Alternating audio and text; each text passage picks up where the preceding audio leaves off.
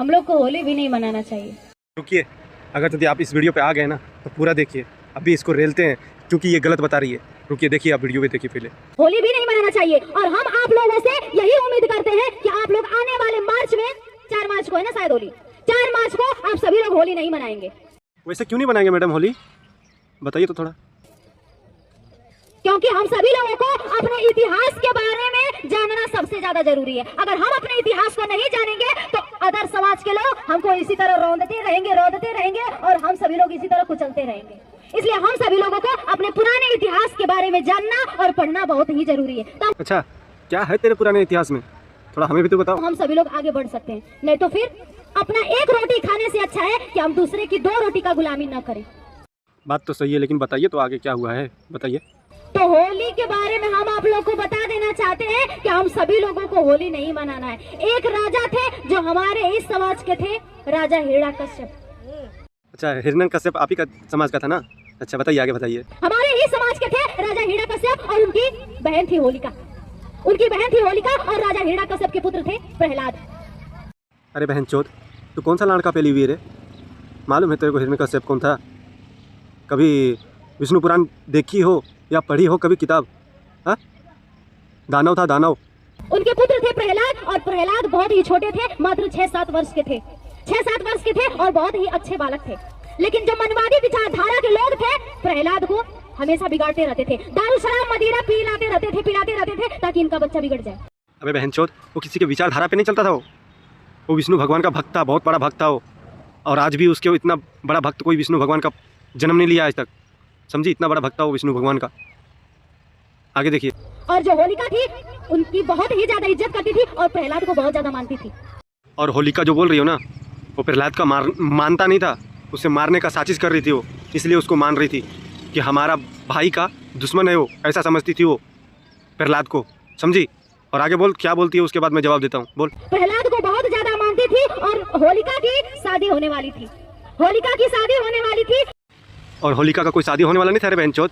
वो वरदान पाके आई थी अग्निदेव से कि मैं अग्नि से ना मरूं, समझी? तो अग्निदेव ने उसको वरदान दिया था, क्या मालूम है? तू किसी का बुरा मत करना आग के साथ, तो तेरा बुरा नहीं होगा। और होलिका बहुत ही ज्यादा अपने भतीजे को मानती थी। उसका भतीजा गया था कहीं घूमने के लिए, कहीं खेलने के लिए, और उसको बहुत ज्यादा शराब पिला दिए थे लोग, मनवादी विचारधारा के लोग शराब पिला दिए थे प्रहलाद को। क्यों अपना मैया चुदाने पे लगी हो? ऐसा क्यों बोल रही हो? वो बहुत बड़ा भक्त था प्रहलाद, ना भक्त था, भक्त। और होलिका खाना लेकर के गई अपने भतीजे को खिलाने के लिए। अपने भाभी से कहती है कि भाभी मेरी शादी हो जाएगी, मैं तो कल चली जाऊंगी, लेकिन मैं अपने भतीजे से बहुत प्यार करती हूँ, कम से कम खाना दे दीजिए, मैं उसको खिला दूं, अपने हाथों से 2 कवर खिला दूं, कल तो मैं चली जाऊंगी। अच्छा, होलिका खाना ले करके जाती है और वहीं पे कुछ लोग रहते हैं और उनसे पूछती है कि प्रहलाद को कहीं देखे आप? वो लोग कहते हैं कि बस कुछ ही दूर पर चले जाइए, वहीं पे मिलेंगे वो। अच्छा, होलिका जाती है खाना लेकर के, लेकिन वहाँ पे प्रहलाद नहीं रहते हैं। फिर वहीं पे कुछ दूर पूछती है कि आपने कहीं प्रहलाद को देखा है? वो कहते हैं कि आप कुछ दूर चले जाइए, वहीं पे प्रहलाद आपको मिलेंगे। और अच्छा, होलिका जाती है और वहाँ पे बस जंगल झाड़ी रहता है और वही मनवादी विचारधारा के लोग होलिका की इज्जत लूट लेते हैं। अच्छा, होलिका के साथ रात भर बलात्कार करते हैं।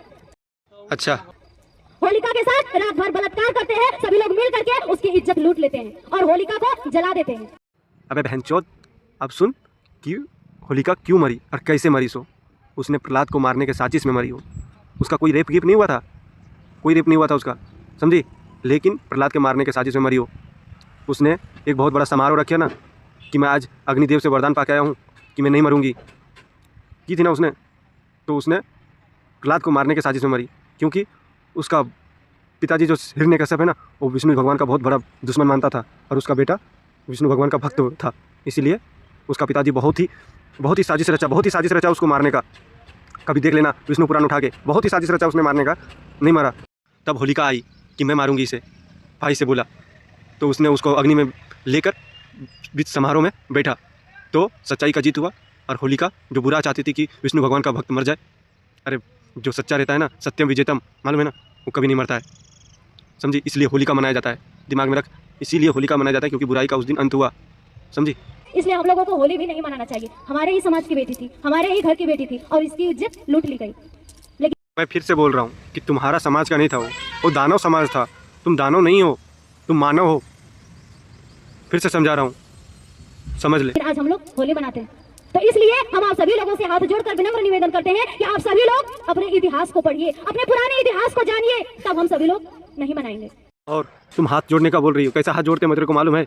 अभी तो पेट से निकली है चुत से, और हाथ जोड़ने का बोल रही हो। और क्या बोल रही हो? इतिहास? इतिहास में कौन सा इतिहास है तेरा जहाँ पे लिखा हो मुझे भी दिखा, मैं भी मानूँ? बताओ कौन सा इतिहास में लिखा है कि होलिका तेरे ही समाज का था? बताओ कौन सा इतिहास में लिखा है? बताओ, एक बार मुझे भी दिखाओ, मेरे कमेंट में दिखाना। हम लोग अपने पुराने इतिहास को पढ़ते हैं तो हमारे रोमा खड़े हो जाते हैं कि हमारे महान पुरुषों ने कितनी कुर्बानियां हमारे लिए दी है, हमारे महान पुरुषों ने कितने लोगों का घर बसाया है, अपना घर उजाड़ करके। तो हम लोगों को समझदारी होनी चाहिए, हम लोगों को पढ़ना पड़ेगा, हम लोगों। अरे इसको कोई स्कूल का ड्रेस पहनाओ और बैग उग दे के स्कूल भेज, बहनचोद को कुछ नहीं मालूम। और आप लोग जो बैठे हो सुन रहे हो, ये माइक में बोल रही है। सबरी का जूठा किसने खाया था मालूम नहीं है? यहीं से दिमाग में नहीं आता है सबरी कौन सी जात की थी? हाँ, ऐसी ऐसी बहुत कहानियाँ हैं, लेकिन अभी याद नहीं है मुझे। सबरी सबरी का जूठा किसने खाया था मालूम है ना? प्रभु श्री राम ने।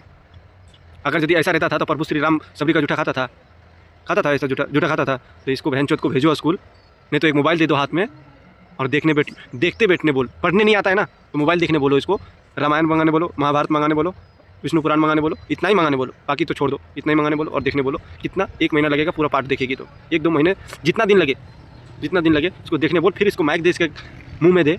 अभी ये मुँह में माइक लेने लायक नहीं है, गाँड में लेने लायक है। इसको गाँड में माइक दे पहले, समझे? तो यहीं वीडियो दी एंड करते हैं। बकचोदी नहीं सुन रहने का। आपको भी काम है, हमको भी काम है। जय हिंद, जय भारत। तो मिलते हैं किसी नेक्स्ट वीडियो में, ठीक है? तब तक के लिए जय सिया राम।